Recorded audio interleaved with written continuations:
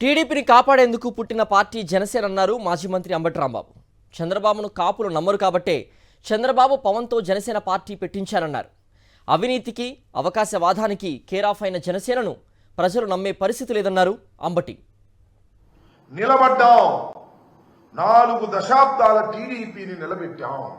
ఆయన నిలబడ్డాడు. 4 దశాబ్దాల పాటు ఉన్నటువంటి టీడీపీ పడిపోతుంటే దాన్ని నిలబెట్టాడు. అసలు టీడీపీ పార్టీని నిలబెట్టడం కోసమే పుట్టినటువంటి రాజకీయ పార్టీ మీది. 2014 మార్చిలో జస్ట్ బిఫోర్ ఎన్నికలప్పుడు దీన్ని ప్రారంభించి ఒక బి టీమ్ గా చంద్రబాబు నాయుడు గారు వదిలారు. చంద్రబాబు నాయుడు గారు తెలుగుదేశం పార్టీ కాపు సామాజిక వర్గం మీద అనేకమైనటువంటి దుశ్చర్యలు చేసినటువంటి సమాజం ఆంధ్ర రాష్ట్రంలో ఉంది. పవన్ కళ్యాణ్ గారిని అక్కడ పెట్టి ఆయన నుండి అట్రాక్ట్ చేసి తద్వారా తన వైపు మరలించుకోవాలనేటువంటి ఒక ప్రయత్నంలో భాగంగానే జనసేన పార్టీ ఆవిర్భవించింది అనేది ఇవాళ మేము కొత్తగా చెప్పటంలా, డే 1 నుంచి చెబుతున్నటువంటి అంశమని ఈ సందర్భంగా నేను మనవి చేస్తున్నా. 21 సీట్లు పోటీ చేశారు, 21 సీట్లు మీరు గెలిచారు. అందువల్ల మీరు 100% స్ట్రైక్ రేట్ అని అనుకుంటే ఎలాగా అంటున్నా, అది బలం కాదు నాయనా.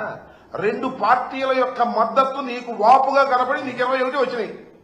అది రాష్ట్ర ప్రజల దురదృష్టం వల్ల వచ్చిందని నేను మనవి చేస్తున్నా.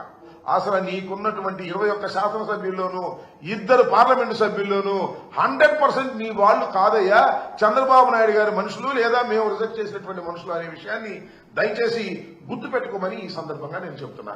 ఒకసారేమో తెలుగుదేశానికి సపోర్ట్ చేస్తారు, ఒకసారేమో వ్యతిరేకించినట్టుగా నటిస్తారు. కారణం ఏంటంటే తెలుగుదేశం పార్టీ యాంటీ ఎస్టాబ్లిష్మెంట్ ఓట్లను చీల్చేయాలి అనే ఉద్దేశంతో బీఎస్పీ, సిపిఐ, సిపిఎం వీళ్ళతో జత కడతారు. మనది అయిపోయిన తర్వాత మళ్ళా మన తెలుగుదేశం పార్టీతోనూ బీజేపీతోనూ జత కట్టేటటువంటి పరిస్థితులు, అవకాశవాద రాజకీయాలు మీరు చేస్తూ ఉత్తరాది అహంకారాన్ని ఎదుర్కొంటామని చెబుతూ దక్షిణాదికి ప్రతినిధిగా బయలుదేరి ఉత్తరాదికి అనుకూలంగా దక్షిణాది నాయకుడిని అని ఆయనే ప్రకటించుకునేటువంటి పరిస్థితిలో ప్రాణం త్యాగం చేయడానికి సిద్ధం అంటాడు. ఎమ్మెల్సీ సీటు ఖాళీ అయితే మాత్రం అన్నగించుకుంటాడు. అసలు జనసేనలో ఉన్నటువంటి శాసనసభ్యులందరూ కూడా దోపిడీ చేస్తుంటే హాయిగా చుక్కలు లెక్కడుతున్నావు నువ్వు.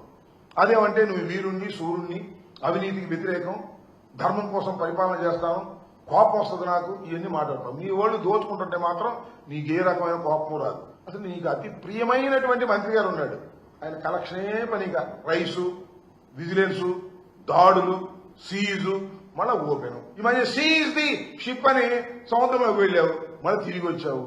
అర్థం పర్థం లేని మాటలు మాట్లాడేటటువంటి పరిస్థితికి వల్ల మీరు దిగజారిపోయినటువంటి పరిస్థితులు ఉన్నాయి.